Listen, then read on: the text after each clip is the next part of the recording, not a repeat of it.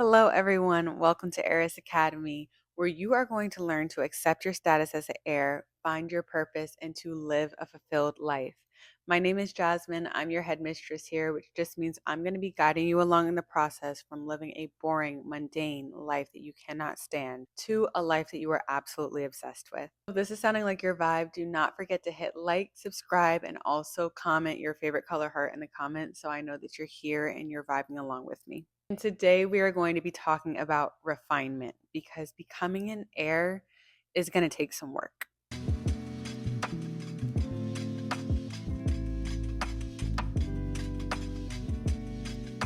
So, if you're new here, we're currently in our 101 series, which is a series designed to equip you to feel like an heir of God. There's certain foundations that you need as God's daughter. And just like a princess or a queen has to go through certain trainings, so do you. But like I said, today we're going to be talking about refinement and what is actually at the core of refinement and what that's going to mean and what that's going to look like for you. So, we are going to dive right in. Refinement is basically just my fancy way of saying personal development because refinement sounds better than personal development to me. Personal development sounds boring, but refinement actually sounds like a little bit of fun. We have to accept that we're not the best versions of ourselves yet. And we have to accept that the best version of ourselves is going to take work to get there. We have to stop embracing the idea that we're just letting life happen to us and whatever circumstances or situations happen is how we're going to learn. We're going to dive into learning. Refinement is what's going to make you stand out from everybody else that's just living their life. Jesus, of course, is going to make you stand out from just everyone else that's just living their life, but also the intentionality behind refinement and becoming the best version of yourself that you can be is going to make you pop like an heir of God should be. Like I said, queens, princesses, they have to go through trainings, they have to go through lessons, they have to go through intentional things to show them how to rule a kingdom. Ultimately, you are ruling your kingdom. Your kingdom may just be your house, it may be your family, yourself. It may be in the environment that you step into when you're going to work. It may just be like your little pet or your little dog or your cat and how you're caring for them and how you're treating them, or even like just a fish. Ultimately, when you're God's daughter, you step into being a kingdom ruler. Like you become part of the kingdom of God, and God gives his children like dominion in the earth. He gives us power, he gives us territory, he gives us things to rule over and to rule over well. So the question is, why would we be ruling over the things that God's given us power over, dominion over, subpar, when we could actually be doing better just by learning? So there's a couple different things to know about refinement that's really going to help you dive into this journey and stick with it, because refinement is like going to be a consistent thing that you're doing for the whole rest of your life. First, we're going to jump into the fact that refinement requires learning. And here's the thing. I'm like not, I probably said this on the channel before.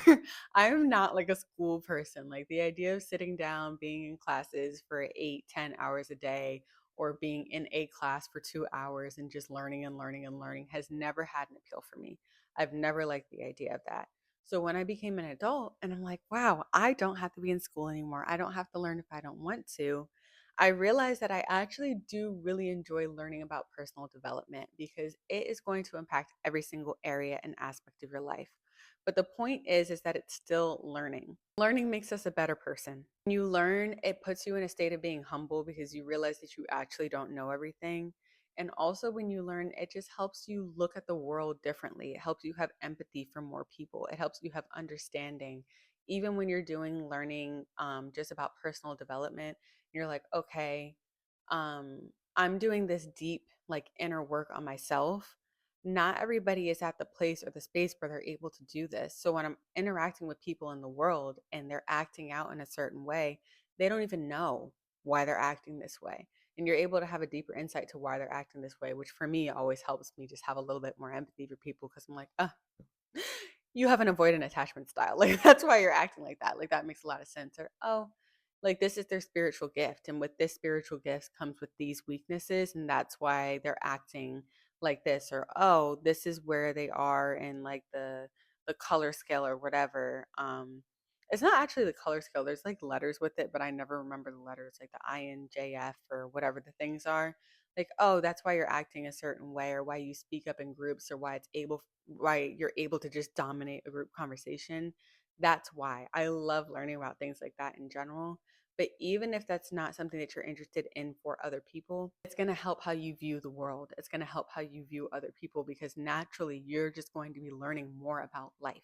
Learning genuinely makes you a better person. And not only does it make you a better person just because it helps you learn about other people, but it's also just good for your brain to do some studying, to do things that are difficult, which we'll get to in a second. But that is just super beneficial for you. And there's so many different things in life. And it's crazy to think that we could assume that we can stop learning things when we get to 18 or when we get to 21 or when we graduate school, and that's just it. And then we're done diving into different things that we can learn.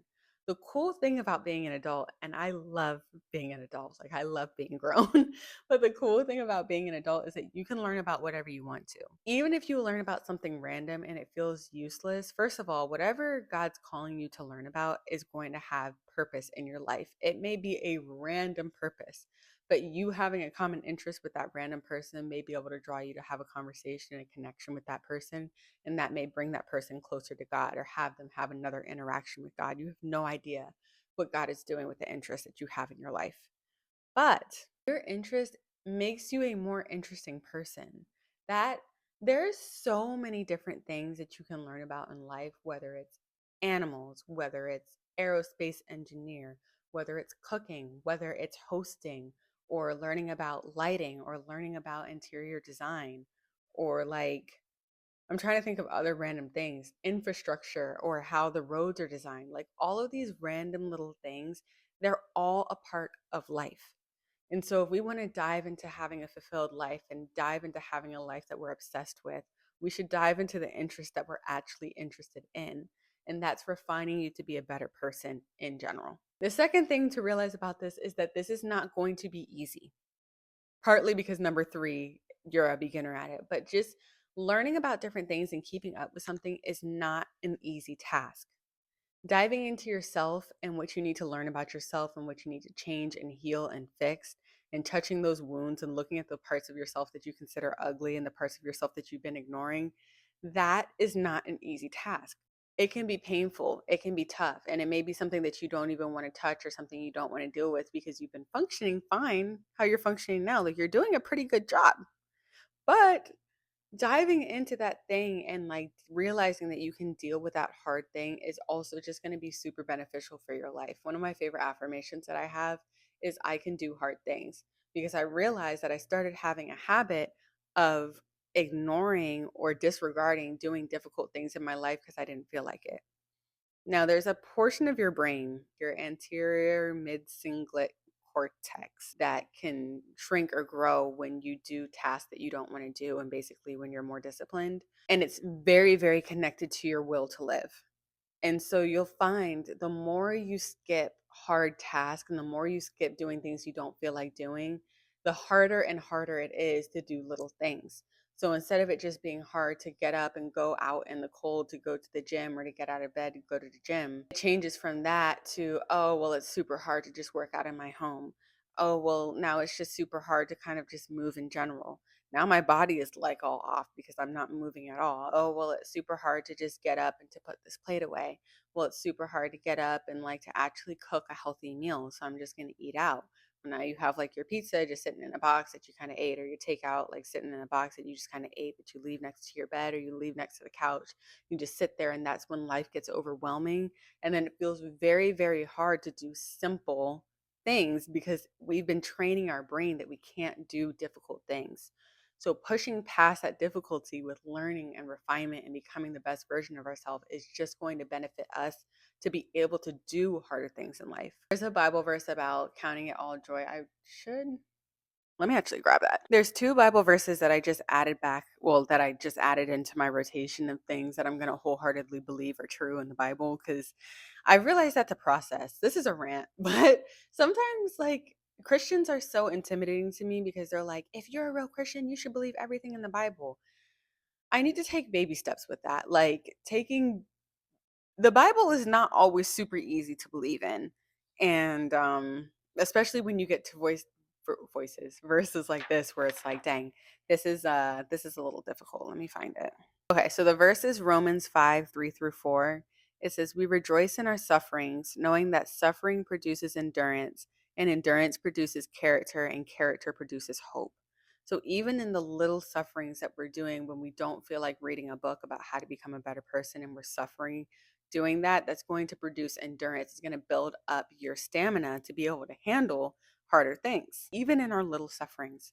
Even when we don't feel like doing the dishes and we tackle them, or we don't feel like doing these tasks that we said that we're going to do and we're going to do it. That little bit of suffering is going to make us better in life. It's going to give us a better character. The other one is James 1 2 through 3. And it says, "Dear brothers and sisters, when troubles of any kind come your way, consider it an opportunity for great joy. For you know that when your faith is tested, your endurance has a chance to grow." So God's like obsessed with endurance. God wants us to have actual good character and to care about what we're going to look like in the long run. And these little decisions that we make to become a better person and to work on ourselves are going to benefit us in the long run. And God's going to reward us for that. And then the third thing about this is it is really okay for you to be a beginner. Coming from a person that professionally hates being a beginner and stuff, like I do not like starting out, the learning process, the basics, the 101s, all of this, I cannot stand. I really like to get into the more complicated things and kind of skip ahead. The beginner stage is so important. And when we avoid being a beginner in life, we end up avoiding hard things. We end up avoid becoming the best version of ourselves because we don't want to have to go through the stage where we look stupid. For example, I took a dance class. I think it was a couple years ago at this point, and I thought it was going to be easy, but it was like this. I think it was to Bad Bunny, or maybe that was the second one I did. No, I think that the first I don't remember. I think it was a Bad Bunny song, and it was just, like, so fast paced. I was, like, in the back of class, like, trying to, like, get myself together, and I always had since I was a kid, I've always had, like, in the back of my mind, like, that I can't dance, but I wanted to take this dance class to kinda break out of that and get used to moving my body because I really enjoy dancing even though, like, I had this fear where I'm like, "This is so embarrassing because I can't dance that well."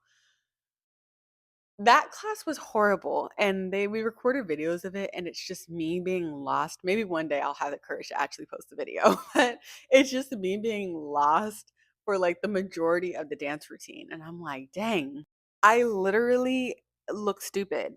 And that was, like, a really hard realization to have, but it's like, you don't look stupid, Jazz, you just look like a beginner. You look like you're not used to doing this, and your body's not used to moving. Even, like, because I was not moving my body at all really at that point. And if you've not been dancing for a while and you start to dance, you realize there's different like parts of your body that move that you're not used to moving. And I'm like, even like just moving and dancing in general, I haven't done in a minute.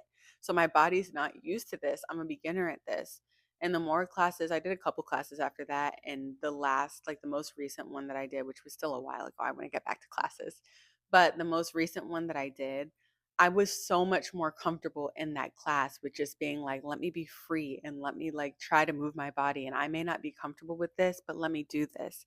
Or even like practicing it at home in the privacy of your own home where you're able to learn yourself and learn your body and just to move and do what feels comfortable is super important. I'm way more comfortable with dancing now. And I have such more fun of a time in life because I did this thing that made me uncomfortable that I knew was going to benefit me, but you have to allow yourself to be a beginner at doing that first. And the beginner stage is just so awkward. So, although your identity may not feel like it's aligned with it at first, allow yourself to feel awkward. Allow yourself to feel like a beginner because it's extremely important for your growth. And the more that you do that, the easier it's going to be. You're building up endurance for being a beginner and for being comfortable at learning things and for being comfortable at doing difficult things. It's going to benefit your life so much. So that is it for today. Leave one thing in the comments that you have been a beginner at that you feel like was just so worth it to help encourage some other people. And yeah, if you guys have any questions, comments, you can always leave them for me. I love you guys so much. We're almost at 100 subscribers, which I'm really excited about. So I'm so grateful for each and every one of you for subscribing. Thank you for sticking around, and I will see you in the next video.